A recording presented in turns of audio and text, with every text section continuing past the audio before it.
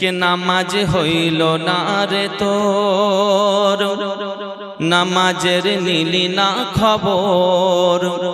মন তুই ধরলি নামাজ, পড়লি নামাজ সারা জীবন ভোর, নামাজ হইল না রে তোর, নামাজের নিলি না খবর।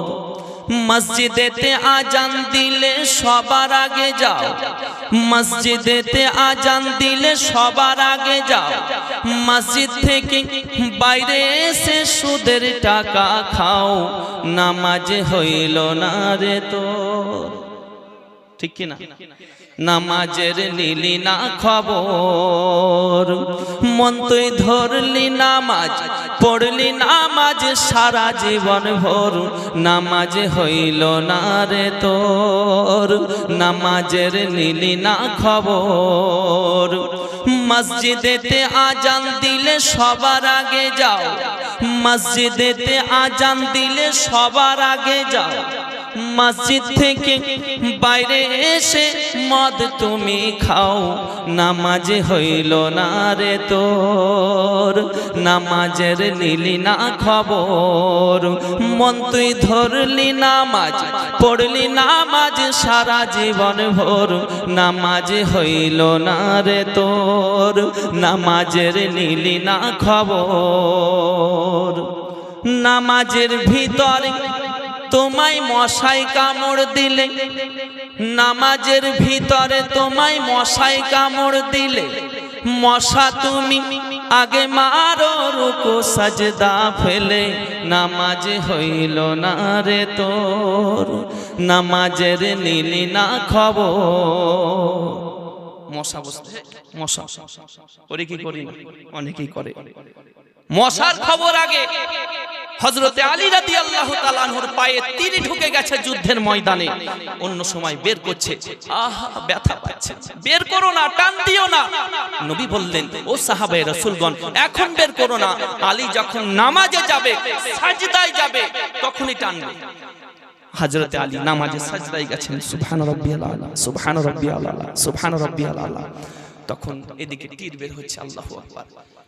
কিতাব বলতে আছে তীর বের হলো, শুধু তীর নয়, অনেকগুলো গোস্ত চলে এসেছে, পুরো জাই নামাজের পাটি রক্তাক্ত হয়ে গেছে। জোরে বলে সুবহানাল্লাহ। হযরতে আলী নামাজ পড়তে আছেন, বাবা নামাজ শেষ হলো, সাহাবায়ে রাসূলগণ বলেন, ইয়া আলী, ও ভাই আলী, তীর বের করে নেওয়া হয়েছে। হযরতে আলী বলতে আছে, ও ভাই সাহাবায়ে কেরামগণ, রাসূলের সাহাবী শুনে নাও, তোমরা কখন তীর বেরে করেছো আমি আলী বুঝতে পারি নাই। কারণ হলো একটাই, আমি আলী প্রথমবার সাজদা করি, দ্বিতীয়বার ততক্ষণ পর্যন্ত সাজদা করি না যতক্ষণ পর্যন্ত আমি আমার আল্লাহ, আমি আমার রবের দিদার লাভ না করি। নারায়ে তাকবীর, নারায়ে রিসালাত, নারায়ে হায়দারি, ইয়া আলী, ইয়া আলী, বাহ সুবহানাল্লাহ।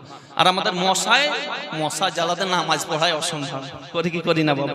তাই বলছেন, নামাজের ভিতরে তোমায় মশাই কামড় দিলে, মশা তুমি আগে মারো রুকু সাজদা ফেলে, নামাজ হইল না রে তোর, নামাজের নিলি না খবর। কে দাড়ি টুপি হাব্বা জুব্বা সবই তোমার সাদা, দাড়ি টুপি হাব্বা জুব্বা সবই তোমার সাদা, মনের ভিতর থাকলে যদি তিল পরিমাণ কাদা, নামাজ হইল না রে তোর, নামাজের নিলি না খবর। মন তুই ধরলি নামাজ, পড়লি নামাজ সারা জীবন ভোর, নামাজ হইল না রে তোর, নামাজের নিলি না খবর। মনে কাদা আছে আর নামাজ হঠাৎ হঠাৎ মনে হচ্ছে বিরাট নামাজি। ওরে বাবা, তোমার চাইতে নামাজি তো ছিল ইবলিস, এত সাজদা করেছে, তারপরেও শয়তান ইবলিস। তার জন্য বলবো, মনের ভিতরে কাদা রাখলে হবে না। যতই ইবাদত করেন, মা বাপকে কষ্ট দিচ্ছেন, যতই ইবাদত করেন, একটাও ইবাদত খোদার দরবারে গ্রহণযোগ্য হবে না। যাই হোক, আলোচনা করতেছিলাম হযরতে আলীর সম্পর্কে, এইটা বলে ইনশাআল্লাহ বক্তব্য শেষের দিকে নিয়ে আসবো, কারণ আজকে না বাবা প্রতিদিন বকতে হচ্ছে কম বেশি। যাই হোক বাবা, এখন তো এই শীতের সময় একটু সিজন আমাদের চলতেই থাকে, তো যাই হোক এই শুধু আপনাদের মুহাব্বতে বলছি, মুহাব্বতে বলেন সুবহানাল্লাহ। আব্বাজি ও ভাই জানেরাও, নবী পাকের জামাতা হযরতে আলী রাদিয়াল্লাহু তাআলা আনহু যখন আব্বারা আমার মসজিদে নববীর মধ্যে মিম্বরের উপরে দাঁড়ানোর পরে বলতে আছেন, শুনে নাও সাহাবা, ও সাহাবারা তোমরা শুনে নাও, আজকে যদি তোমরা জিবরিল ফারিস্তা সম্পর্কে প্রশ্ন করো আমি আলী তার উত্তর দিব, মিকাইল ফারিস্তা সম্পর্কে প্রশ্ন করো আমি আলী তার উত্তর দিব, জিবরিল ফারিস্তা নয়, মিকাইল ফারিস্তা নয়, যে কোনো বিষয়ে প্রশ্ন করতে পারো আমি আলী তার উত্তর দিব। স্বয়ং জান্নাত সম্পর্কে যদি প্রশ্ন করো আমি আলী তার উত্তর দিব, স্বয়ং আল্লাহ সম্পর্কে যদি প্রশ্ন করো আমি তার আলী উত্তর দেব। আজকে যার যা প্রশ্ন আছে বলে দিতে পারো, আমি আলী তার উত্তর দেব। আরো জোরে বলা যাবে না সুবহানাল্লাহ, সুবহানাল্লাহ। আব্বাজি ও ভাইজানেরাও, যখন এই কথা বললেন নবী পাকের সাহাবারা সকলেই চুপ হয়ে গেছেন, কেউ কিছু বলছেন না। আমার আল্লাহ পাক জিবরিল ফারিস্তাকে বলেন, জিবরিল তাড়াতাড়ি যাও, এবং যাওয়ার পরে কিছু প্রশ্ন আলীকে গিয়ে ধরো, শেরে খোদাকে গিয়ে ধরো, আমার শেরকে গিয়ে ধরো। জিবরিল ফারিস্তা মানব রূপ সেজেছেন, আপনার আমার রূপ মানব রূপ ধারণ করার পরে এসে বলতে আছেন, আই হ্যাভ এ কোশ্চেন হুজুর, ওগো আলী কারলামাল ওয়াজহুল কারীম, আমার একটি প্রশ্ন আছে, আমার একটি সওয়াল ছিল, আমার একটি কোশ্চেন ছিল। হযরতে আলী বলতে আছেন, বলুন আপনার কি প্রশ্ন? জিবরিল ফারিস্তা মানব রূপ সেজে বলতে আছেন, হুজুর এখন জিবরাইল ফারিস্তা কোথায়? জোরে বলেন। জিবরিল ফারিস্তা নিজেই প্রশ্ন করে, এখন জিবরিল ফারিস্তা কোথায়? হযরতে আলী চক্ষু বন্ধ করলেন, চক্ষু খোলার পরে বলতে আছেন, ইউ আর জিবরিল, আনতা জিবরিল, তুমি হলা জিবরিল, তুমি ছাড়া অন্য কেউ জিবরিল হতে পারে না, কারণ তুমি হলা জিবরিল। আরো জোরে বলা যাবে না সুবহানাল্লাহ। হযরতে জিবরিল ফারিস্তা বলতে আছেন, ইয়ার ওগো মাওলায়ে কায়নাত, ওগো শেরে খোদা, আমি যে জিবরিল কিভাবে জানলেন? আমি জিবরিল ফারিস্তা কিভাবে জানলেন? হযরতে আলী বলতে আছেন, তোমরা চোখ বন্ধ করো। সাহাবায়ে রাসূল যখন চোখ বন্ধ করলেন সমস্ত কিছু অন্ধকার। চোখ বন্ধ করুন, অন্ধকার হবে কি হবে না?